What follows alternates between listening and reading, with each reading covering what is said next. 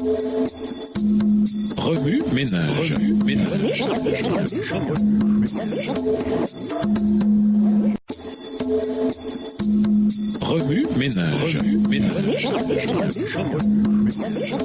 Bienvenue dans votre émission. Remue ménage. Nous voilà à la leçon de mardi. Investiguer. Lisons 1 Corinthiens 2, les versets 1 à 5, Habakkuk 2, le verset 4, Genèse 3, les versets 1 à 15, Psaume 71, les versets 1 et 2 et Psaume 31, les versets 1 à 3. 1 Corinthiens 2, les versets 1 à 5. Pour moi, frère, lorsque je suis allé chez vous, ce n'est pas avec une supériorité de langage ou de sagesse que je suis allé vous annoncer le témoignage de Dieu, car je n'ai pas eu la pensée de savoir parmi vous autre chose que Jésus-Christ et Jésus-Christ crucifié. Moi-même, j'étais auprès de vous dans un état de faiblesse, de crainte et de grand tremblement, et ma parole et ma prédication ne reposaient pas sur les discours persuasifs de la sagesse, mais sur une démonstration d'esprit et de puissance. Habakkuk 2, le verset 4. Voici, son âme s'est enflée. Elle n'est pas droite en lui, mais le juste vivra par sa foi. Genèse 3, les versets 1 à 15. Le serpent était le plus rusé de tous les animaux des champs que l'Éternel Dieu avait fait. Il dit à la femme, Dieu a-t-il réellement dit, vous ne mangerez pas de tous les arbres du jardin? La femme répondit au serpent, nous mangeons du fruit des arbres du jardin. Mais quant au fruit de l'arbre qui est au milieu du jardin, Dieu a dit, vous n'en mangerez point, et vous n'y toucherez point, de peur que vous ne mouriez. Alors le serpent dit à la femme, vous ne mourrez point, mais Dieu sait que le jour où vous en mangerez, vos yeux s'ouvriront et que vous serez comme des dieux connaissant le bien et le mal. Verset 6. La femme vit que l'arbre était bon à manger et agréable à la vue, et qu'il était précieux pour ouvrir l'intelligence. Elle prit de son fruit et en mangea. Elle en donna aussi à son mari qui était auprès d'elle, et il en mangea. Les yeux de l'un et de l'autre s'ouvrirent, ils connurent qu'ils étaient nus, et ayant cousu des feuilles de figuier, ils s'en firent des ceintures. Alors ils entendirent la voix de l'Éternel Dieu qui parcourait le jardin vers le soir. Et l'homme et sa femme se cachèrent loin de la face de l'Éternel Dieu, au milieu des arbres du jardin. Mais l'Éternel Dieu appela l'homme et lui dit, où es-tu? Il répondit, j'ai entendu ta voix dans le jardin et j'ai eu peur, parce que je suis nu et je me suis caché. Verset 11. Et l'Éternel Dieu dit, qui t'a appris que tu étais nu? Est-ce que tu as mangé de l'arbre dont je t'avais défendu de manger? L'homme répondit, la femme que tu as mise auprès de moi m'a donné de l'arbre et j'en ai mangé. Et l'Éternel Dieu dit à la femme, pourquoi tu fais cela? La femme répondit, le serpent m'a séduite et j'en ai mangé. L'Éternel Dieu dit au serpent, puisque tu as fait cela, tu seras maudit entre tout le bétail et entre tous les animaux des champs. Tu marcheras sur ton ventre et tu mangeras de la poussière tous les jours de ta vie. Je mettrai inimitié entre toi et la femme, entre ta postérité et sa postérité. Celle-ci t'écrasera la tête et tu lui blesseras le talon. Psaume 71 et versets 1 et 2. Éternel, je cherche en toi mon refuge,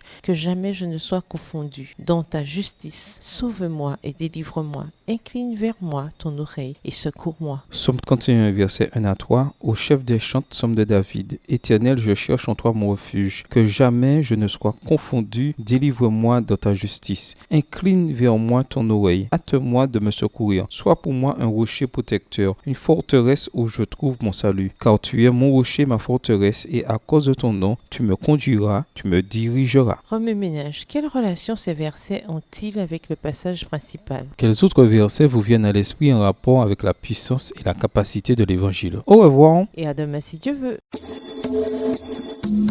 Remue ménage. Remue ménage.